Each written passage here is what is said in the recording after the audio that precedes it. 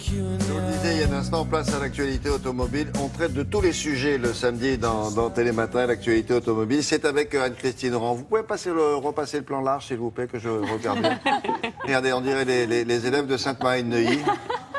Avec le proviseur. Le proviseur est là, exactement. Avec le vieux proviseur qui surveille tout le monde. Obligatoire. Les élèves ne sont pas très jeunes non plus. C'est vrai, on ne communique pas avant de venir ici. Hein.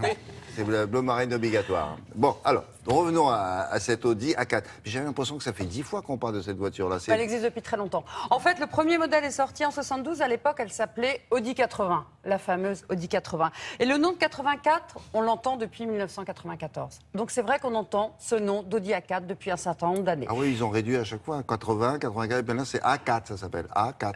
Non, c'est-à-dire qu'après, ils ont changé. Ils ont appelé leur voiture avec la lettre A et puis un chiffre. A comme Audi. A comme Audi. L'Audi A1, c'est la plus petite, et puis ça monte jusqu'à 8. Ça, c'est la plus... C'est une berline. Non, il y a plus gros. Ah bon. Ça commence à être une ah belle oui, berline. A8, ça existe, non? A8, ça existe. Ah ouais. A6, ça existe. Ah oui, d'accord. Et Bon. là, il s'agit en fait de la 9e version, on va dire 9e génération. Alors, la version Break, qui est appelée Avant chez Audi, la version Break et la berline sortent en même temps. Vous allez voir, les changements sont essentiellement à l'intérieur. À l'extérieur, le design n'a pas trop changé. En revanche, à l'intérieur, il y a énormément de nouveautés, énormément de technologies. Les bas de caisse, hein, tout ça, ça touche presque le sol. Hein. Ça, là, c'est la version sportive. Ah, c'est ça, c'est sport. Donc, elle est un petit peu plus basse. Ah bon, merci Et un beaucoup. petit peu plus rapide. Voilà. Rapide, C'est ça un veut petit peu différent. Rapide, c'est pour rouler sur Rapide les autoroutes sur allemandes. Oui, voilà. Oui, parce que Ou sinon, rapide à 130. Voilà, c'est ça. On arrive plus rapidement à 130. Enfin, voilà. Oui, vous avez raison. Voilà. Alors, on On la regarder. découvre. Oui, on va la voir, regardez.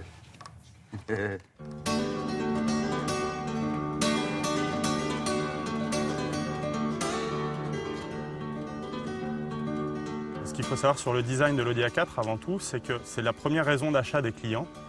Donc les clients de l'Audi A4 sont satisfaits de ce design-là et sont en recherche de sobriété et d'intemporalité. On retrouve des lignes quand même plus tendues et un design un peu plus dynamique.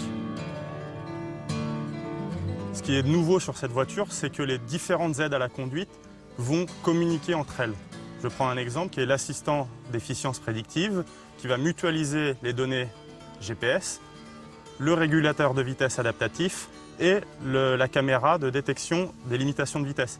Grâce à ça, le conducteur n'aura plus qu'à gérer la direction du véhicule puisque la vitesse sera prise en charge automatiquement en fonction du dénivelé ou des intersections à venir. Grâce au GPS, la voiture va anticiper le relief de la route et va commencer à ralentir à l'approche d'une descente, par exemple, ou à l'approche d'un carrefour. L'intérêt de ça, notamment, c'est un gain en consommation qui peut aller jusqu'à 10%, mais également un gain en termes de sécurité, puisque la voiture va toujours s'adapter à la vitesse autorisée. Il y a une aide au stationnement qui utilise le détecteur d'angle mort. Si vous êtes garé en créneau, si vous commencez à ouvrir la porte alors qu'un véhicule arrive, vous allez avoir un signal sonore qui va prévenir du danger. Également, si vous êtes garé en épi ou en bataille et que vous commencez à reculer, il y a un détecteur qui va vous alerter sur le fait qu'un véhicule arrive. Donc il y a un gain en termes de sécurité. Ce système peut aller jusqu'à donner un coup de frein et donc vous alerter de l'arrivée imminente d'un autre véhicule. Qu'est-ce qui fait la différence entre les anciennes voitures, la voiture autonome et celle-là? Alors aujourd'hui, on ne parle pas encore d'autonomie totale, puisque tout d'abord la législation ne le permet pas encore. On parle de semi-autonomie. Donc la voiture va assister le conducteur. Le conducteur doit encore rester maître du véhicule. Comme toutes ces assistances, vous allez pouvoir les activer ou les désactiver à la demande.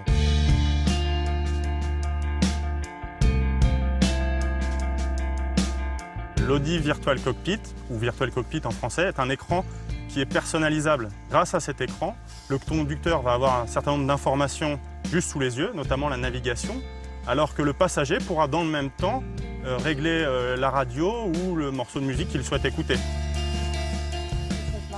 Issu de la F1. Comment?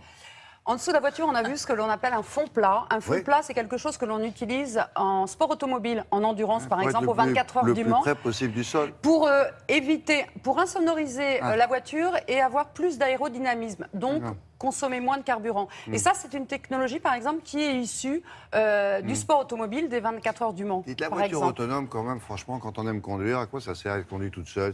Non, mais on peut prendre la main, on peut conduire, mais il y a beaucoup de phases pendant lesquelles c'est pas très intéressant. En ville, ce n'est pas intéressant. Puis la voiture, de toute façon, va toujours mieux freiner, mieux anticiper que le conducteur. Donc à l'avenir, vous pourrez voir en plein milieu de la place de la Concorde Des gens lire le journal, un oui. type qui est là comme ça, et il se débrouille, il se faufile. Oui. Mhm. Enfin, c'est pas pour demain la veille, parce qu'après, il y a quand même un problème de Et lui, responsabilité. il a un accident, c'est la faute à qui? Là à est la le problème. voiture. C'est pour ça que ce n'est pas encore. D'accord. Ça ne va pas encore arriver tout de Bon, suite, on en parce reparlera, alors. que qui est responsable? Ouais, Voilà. la voiture, le constructeur ou le gars qui lit le journal? Ou le journal. L'assureur, lui, il va être fâché, là. Eh oui. Bon, Ça va être merci compliqué. beaucoup. Alors, la place à l'actualité littéraire, maintenant avec Olivia de Lamberterie, avec, on va dire, deux génies. Fleurs